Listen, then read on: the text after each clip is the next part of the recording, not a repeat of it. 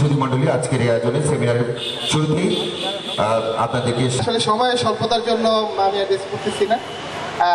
এই গণহত্যা দিবস আসলে নতুন প্রজন্মের 20 মার্চ মন্ত্রিসভায় সিদ্ধান্ত হয়েছে যে আমাদের দেশের সুধী মণ্ডলী, আমাদের লক্ষ্য হয়েছিল আমাদের নতুন প্রজন্ম, বিশেষ করে আমাদের অপারেশন করে সেই দিনের সেই ইতিহাসগুলি এখানে আমাদের অনেক ইতিহাসগুলি যদি আমরা জানতে না পারি সেই জানানোর সময় যুদ্ধ করতে যে শহীদ হয়েছেন তারা এখানে এসেছেন আমার আমন্ত্রণে।